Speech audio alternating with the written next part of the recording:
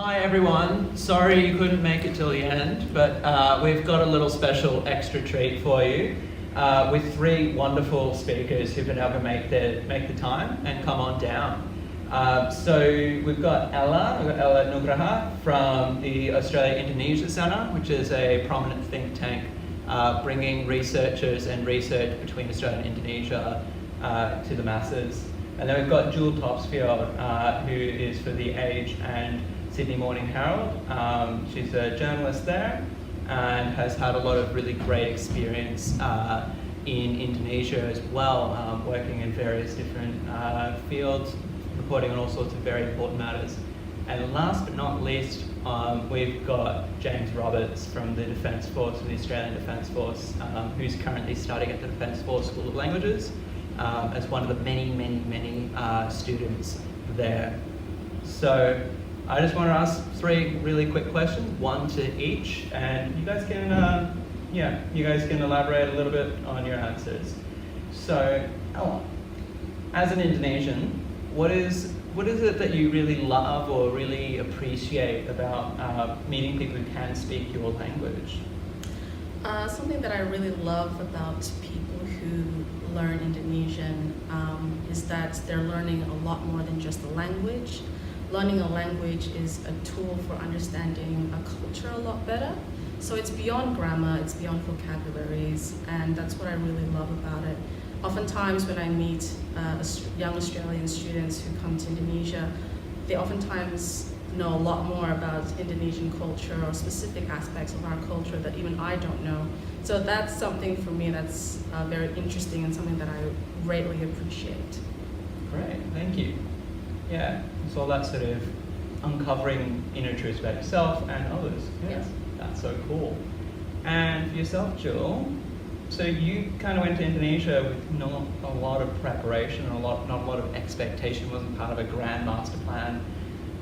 So what is one thing when you arrived, you're like, oh, I'm a bit worried, a bit fearful about this, that ended up not being totally grounded fear? What was one thing in that aspect? I was quite daunted going to Indonesia without having Indonesian. And I guess one of the things that I was really grateful was that the Indonesians really allowed me to stumble along. So I think it would have been quite easy for them to say, my English is so much better than your Indonesian. But they really did very graciously listen to my appalling Indonesian and pretend that they understood. And I actually found that interestingly, particularly in Bali. And I think that's partly because they're used to speaking English, and so it was novel to have someone, make an effort to speak some Bahasa Indonesia. So I found particularly in Bali and Jakarta, often people did want to practice their English with me, but in Bali, everyone was very generous, I found, in allowing me to, talk to taxi drivers and in restaurants and really practice. Thank you. Yeah, so it's that people power allows for more practice and more opportunities to surprise yourself as well as others. Yeah, and I just think the Indonesians were very generous when, their English was clearly more fluent than my English. Yeah, that's really great. It's that humble-hearted generosity. And so lastly to James, just in this little rapid fire round, what are some of the things that you sort of hope will come of the Australian-Indonesia relationship, and particularly will come from people studying it? We've got so many people studying here in Victoria. So what are some of your hopes for that Australian-Indonesia relationship? So firstly, the Indonesian government and a number of other organisations are putting out a lot of initiatives, language speaking competitions, scholarships and the like, to encourage people to learn Indonesian or to provide opportunities or incentives to go and learn Indonesian. So I hope in the future, both on an individual level up to sort of strategic relationship level, we can become closer with Indonesia, which is our closest neighbour, or closest neighbouring country. Also hope that people will better understand or want to understand the Indonesian culture and the variety of culture that's there, as well as the language itself, understand that Indonesians are some of the best and most gracious hosts. You will feel like the worst guest when you go there because they are just so generous. I hope that we can probably bridge the cultural gap or the understanding gap between our two countries through incentives like those. So I have just been aware that there's lots of students who study Indonesian at primary school level and some at secondary level, but not a lot go on to university and really become fluent. And so I was interested, I guess, in everyone's journeys in terms of why they learned Indonesian and the opportunities that it's presented. So something about myself is that I studied at Warrnambool College. Big shout out to Bu Michelle Laddams, my high school teacher, who gave me a lot of reasons to keep going with it because it was so interesting. And so I continued from year 7 to 12, and then I went all the way through university and had loads of amazing opportunities. Coming from the country, I didn't have a lot of peers who went to university. I was the only one I knew who went to Monash. And so Indonesia became my little Kalawaka Melbourne. They became my Melbourne family. They became the people who knew all the time, who showed me around. And that also helped when I was like, I want to go to Indonesia and study. So I reached out to my family of Indonesian friends, but also people studying Indonesian. And so they gave me the great idea to do teachers and do development studies, not just hang out on campus for 6 months, but go and live in Java. And then I also got a lot of help in applying for AYA, Indonesian Youth Exchange Program, which I did after I graduated. As soon as I graduated, actually, I submitted my thesis, and about 3 weeks later, I was in Jakarta getting a briefing, which was incredible. So it's through that experience of finding friends and then them encouraging me to find incredible opportunities, which has just made my life that much more exciting and more interesting for me. And it's led me to realize that it's given me a clearer idea of what I want to do when I wasn't really sure. I think as a lot of arts graduates end up kind of getting that spot. What do I do with all these ideas? Indonesia was the answer.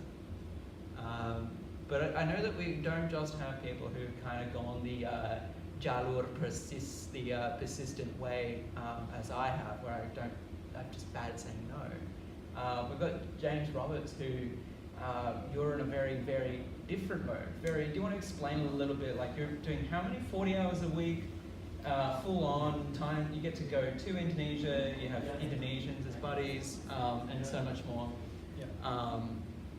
So my journey, unlike Sam, is very, very different. I didn't grow up speaking Indonesian, I didn't grow up studying it at school or high school, and haven't pursued it to university. I chose a military path, and it just so happens that one of the opportunities is to become a linguist. So last year I was selected to start learning Indonesian this year. Basically it is a 1-year intensive course where we will study 7 hours a day, 5 days a week. Obviously on top of that there's homework. I've been to Indonesia twice already this year, and I'll go again for 2 weeks at the end of the year for our final assessments. The purpose of conducting this intense study period or learning Indonesian is to get you up to a very good standard, to be able to interpret amongst senior members of the militaries, potentially ministers and the like as well, to develop strategic relationships between both of our militaries and governments, but also to assist in planning exercises of other military actions. So we have more or less about 20 different military activities with Indonesia every year, whether it's hosted in Indonesia or hosted here in Australia, depends on the year. But the idea is that we have more members of our military who can communicate and work with members of the Indonesian Defence Force as well. So does this mean you'll almost certainly get a posting in Indonesia? I really hope that there is an opportunity to get posted there. There's a number of positions available for like the defence attachés and the like in the embassies over there. And yeah, I hope that there is an opportunity to go there. Go hang out with your friend Jacoby again. Yeah, exactly. Right? Back to the palace. Yeah. Can I just add something? You can. Just in terms of seeing how, just answering the question of how does learning Indonesian will really benefit high school students today. Think about it, by the time that these high school students, you guys are 26, 27 years old, Indonesia will be the 5th largest economy in the world by 2030. And that is an economy that's already surpassed Australia's economy by 2030. So by that year, and when you're just starting out your careers, you'll have, if you learn and understand Indonesian today, you'll have a massive advantage in 2030 to be able to conduct trade and businesses, and a lot of opportunities will open up, as Drew mentioned earlier. And it's not just business. That's a lot of people that will be really excited to share whatever you're passionate about. Yeah. Because that's the really cool thing about Indonesia, is like we're all sitting here and we're all in different fields, completely different fields. I mean, that's a whole lot of new friends for me. That's a whole lot of new people that I can go over and do something educational with, or that can come here and do something amazing. Maybe set up another startup who likes technology. There's opportunities. Whatever you're into, Indonesia increasingly has an opportunity for you. And that's what's really, really exciting as well about Indonesia into the future. And the thing that I always liked about your work, Jewel, was that it was quite diverse, the kind of things. I mean, you even had like articles on architecture, which you did as well, and so much diversity.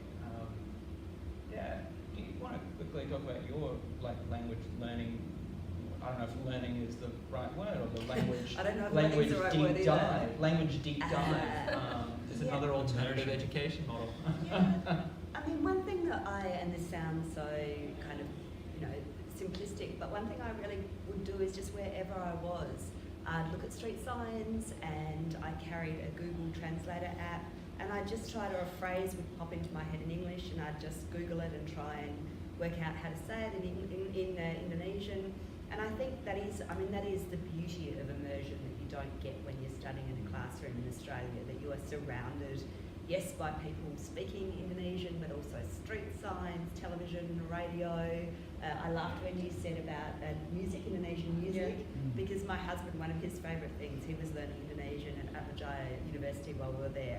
And he used to like to watch karaoke, which had the captions underneath, but it was always really sort of simple, my heart is broken type lyrics, so he could understand it. So, I mean, that is, you can't but pick things up when you're in country, I think even a casual visitor to Jakarta will come away saying that much it's terrible, without, being even in completely English-speaking circles. So there's a lot to be said for learning in country, I think. Yeah, and to put on my moderator hat again, that is the thing that's kind of come through all of our narratives, is about get in there and give it a go, and just kind of get immersed. Like the way James is learning is this absolute immersion in the knowledge and the texts. The way that I learnt was particularly in Melbourne, was getting immersed in the community, in it becoming my family. And the way you went about it was you literally got immersed. You literally went in there and just washed in all of the signage, all of the Google Translatable, all of the meeting people, building those relationships, and with humility. And it's the same as well. Like that was what you were mentioning as well. Is you've got to understand that there's going to be so many people to immerse with. I'd really like to add as well, depending on what province you go to in Indonesia, the culture can vary significantly. So even if you don't like a particular cultural aspect of Indonesia in a particular area, if you just have a short flight or a short trip somewhere else, suddenly it's completely different culture, different dances, different music. So everyone can find something they love about Indonesia, depending where you go. So. Yeah, no, that's a really good point. I mean, the national motto really sort of sums it up very well, that strength is in diversity. And the strength of your options, the strength of your studies is in the variety of possibilities. And I think that's a nice note to maybe close it up for now.